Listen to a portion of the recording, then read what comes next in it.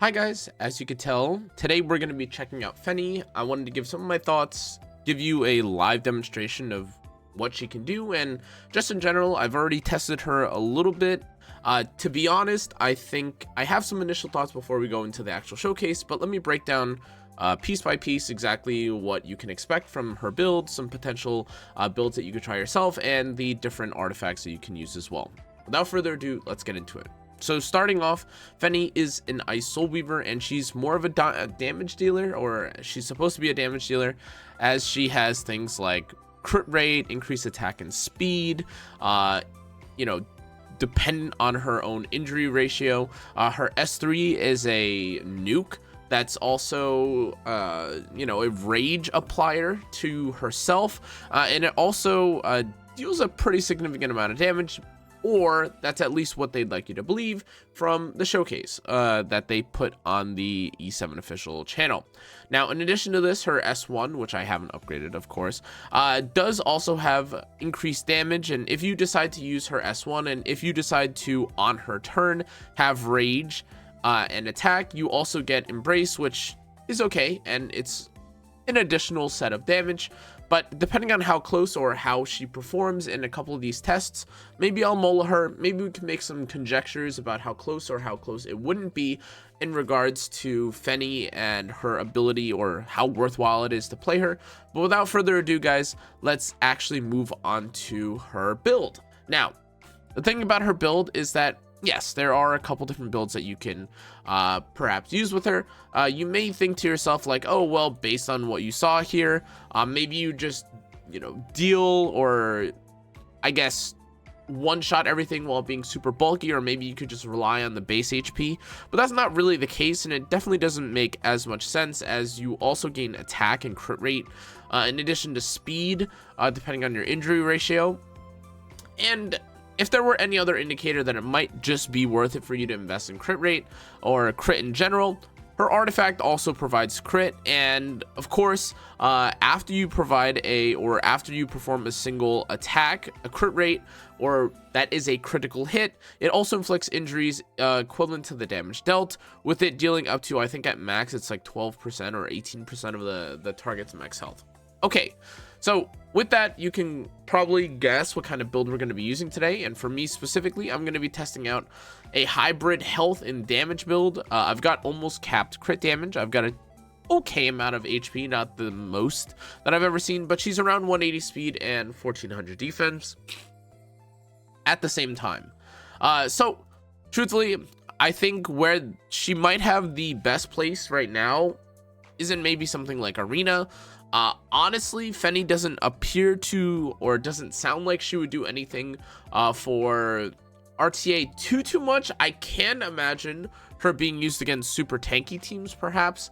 However, just the way that her kit and her overall playstyle is panning out right now feels like she might be a little bit vulnerable, because even if you wanted to, let's say, revive against the team, if you're running something like New Moon Luna, boom, you lose your S2 passive, and from what I understand, that should seal and prevent you from reviving, which is kind of a big L. And even more so if you are just fighting against Briar, or if you have too much tempo, this isn't quite the same as someone like Ruel, who can revive and then kind of stunt some of the cleave potential here. With this though, as you can see here, there's a couple different tank teams here, and I say tank, but realistically it's more like semi-tank plus Harsetti and another damage dealer. I do want to, before I actually get into a match though, kind of explain why I think Fenny might be a little bit more restrictive than you think, regardless of what content you're seeing or using her in right now. And that's because, as you're seeing in this first team right here, Young Senya plus Mort, or Young Senya plus Alencia, is quite popular right now. And if you had amnesia, or if you forgot, well, Fenny is ice. Now, if Fenny was a character where her damage, or like her serpent, where she she injures herself but then she hits the enemy team. Oh, excuse me.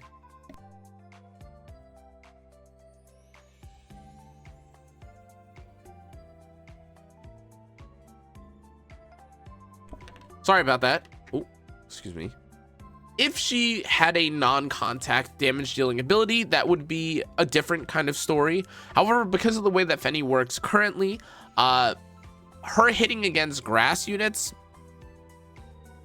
just gives her a 50% chance to fail, and that's a pretty big deal actually, which is why in most cases and in some of my initial tests, as you're seeing here, I did bring Fenny into characters like young Senya and Mort, and I did end up winning, but I was certainly more pressed, and I was certainly more stressed out in the fights that, well, I had to undergo first. Now, I do want to try out this team specifically first. There isn't, I would say, too much at stake here. There's an obvious tank character here. There could be potentially another tank character here. And I have a decent amount of cleanses. I've got a decent amount of damage as well. And I don't really think that the Hua Young, the ML Hua Young, has too much value. Obviously, she's going to be kicking against my Ilanov, and hopefully she doesn't die. But let's see how it does with this first team.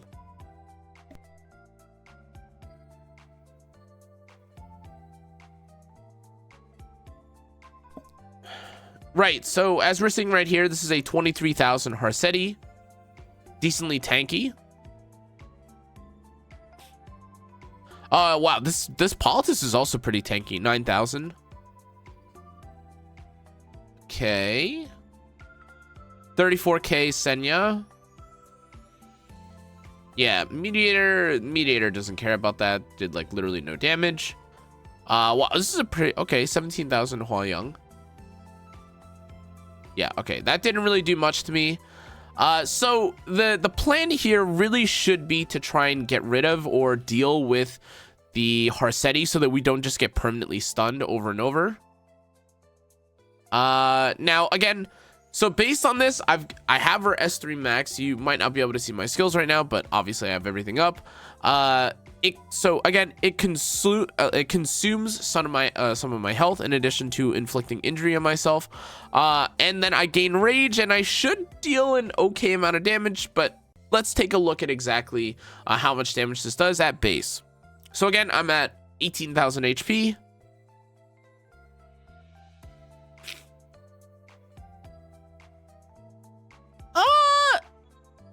18,000 damage to to Harsetti, I don't think is the worst look I've ever seen. I'd actually argue that it's a pretty good, I would say that's okay damage. There isn't any, I should be clear rather, there isn't any Aureus on the team right now. There isn't any Adamant to kind of mitigate some of the damage, which is why I think it is a little bit more awkward. You would kind of hope that with your, with having a character like this take up a slot, you'd kind of hoped, or me personally, I kind of would have hoped that she would have done a little bit more damage. The bonus extra damage here, I mean, in this case, I would have killed Hua Young, so maybe that has a bit more value here, but okay. Right. Okay. Fenny right now has done an okay job. She is like one of the main reasons why I even killed anyone on the team, which is fantastic. However, okay. I was gonna say, I mean, we can take a look at damage share at the end of this fight. I'm assuming, obviously, that it's gonna be pretty split between the Flan and the Fenny. However, I mean, this initial nuke of her killing the Harsetti was pretty noticeable. It was pretty nice. However, again, if you wanted a nuker, you could. There's like plenty of characters at this point that have the nuke, or have a nuke designed or built into their kit. In even just recent history, Dark Aiden, we've got Flan as well. So nuking is not necessarily a special trait anymore, unfortunately. Let's see how much damage this does now.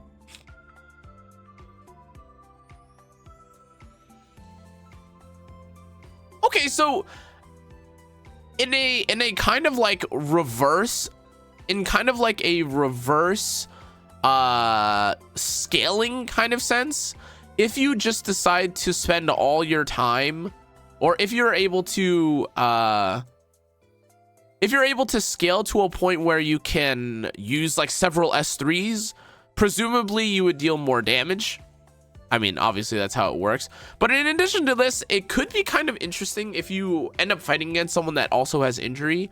Fighting against perhaps like, or if the injury or if the Harsetti we fought against in this match was injury, that might have actually been kind of a good thing. However, again, I know you guys are probably thinking like, oh, well, Connor, well, what if you pick someone like Fenny against one of the grass units, like maybe Alencia, who you are very likely going to be fighting against and will have injury, and I might consider that something that could be worth looking into.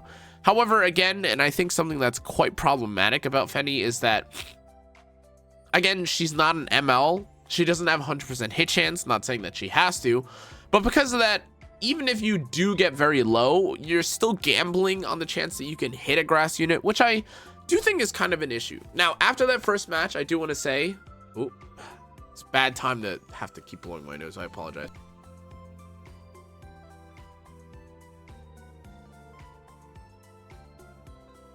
Apologies. So after that first match, I do want to say the damage was definitely not ignorable. Obviously, having some kill pressure on characters like Harsetti is good. However, as a Soul Weaver, I do think it's a little bit odd to play her or to have her in the way that she is right now, because there's not really a setup or like or rather, I should say, it feels like she would be very dependent on cleansers, which is not always a problem, but with the kind of state of DPS in the game currently, you have characters like Flan that can give herself evasion. You have characters like Hua-Young that are unable to be debuffed. And you have characters like, of course, the entire roster of evasion characters or characters that can stealth that all make themselves kind of a bit more protective. And I guess in a sense, Fenny like counters and gives herself like the revive. However, again, I don't know if this is necessarily insane enough, specifically because this is like a revive at where, you know, a revive wherever she last or was killed in general. It's not as though she gained CR, which I think might be a little bit more concerning. Now, again, she does give herself a barrier, so at max, like, you know, although I don't have this max, this is probably something more like a 50% health, in addition to like maybe, I don't know, like a 20% ish barrier. So maybe she comes back with 70% health. But again, this isn't like after you kill her once, if you still have the ability to take another turn, you could just kill her again. And again, I get it, she recovers with a bit more HP, and that's fine, but things to consider or think about as well. As we get into this next match, I'm actually curious if I can maybe do a little bit more damage to the Hua-Young herself. I know the damage I'm going to be doing is likely going to be more dependent on, again, how much injuring I can do.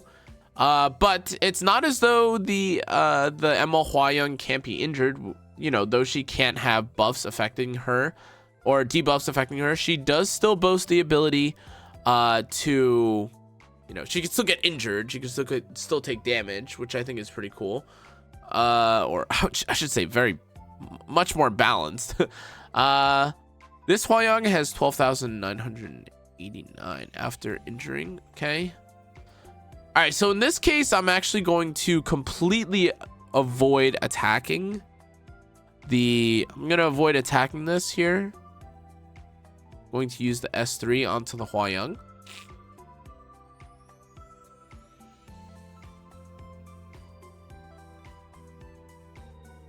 Okay, I mean, it wasn't the most impressive attack of all time. Certainly not the most impressive attack of all time. But, you know, for what it is Hua-Young. You know, we're able to still do roughly like 7,000 or 8,000 damage, which I don't think is something that we should write off at the moment. That is kind of a decent number, if I'm being fully honest here. In general, Hua-Young is designed to be quite difficult to kill, so I mean, having any sort of kill pressure, I think, is quite nice in this matchup. One thing that I will say I think I might appreciate a little bit more about Fenny, though, is that I do acknowledge that her having access to so many sources of injury, in addition to her also, wow, that did a pretty decent amount of damage actually, but her having access to sources like for injury and such, I think is quite nice. But in addition to this, I think her having the element strength against Fireflon can also be pretty helpful or pretty nice. Though again, I think it's always a little bit more different to play matches out where you're on like the back foot or where you're trying to react,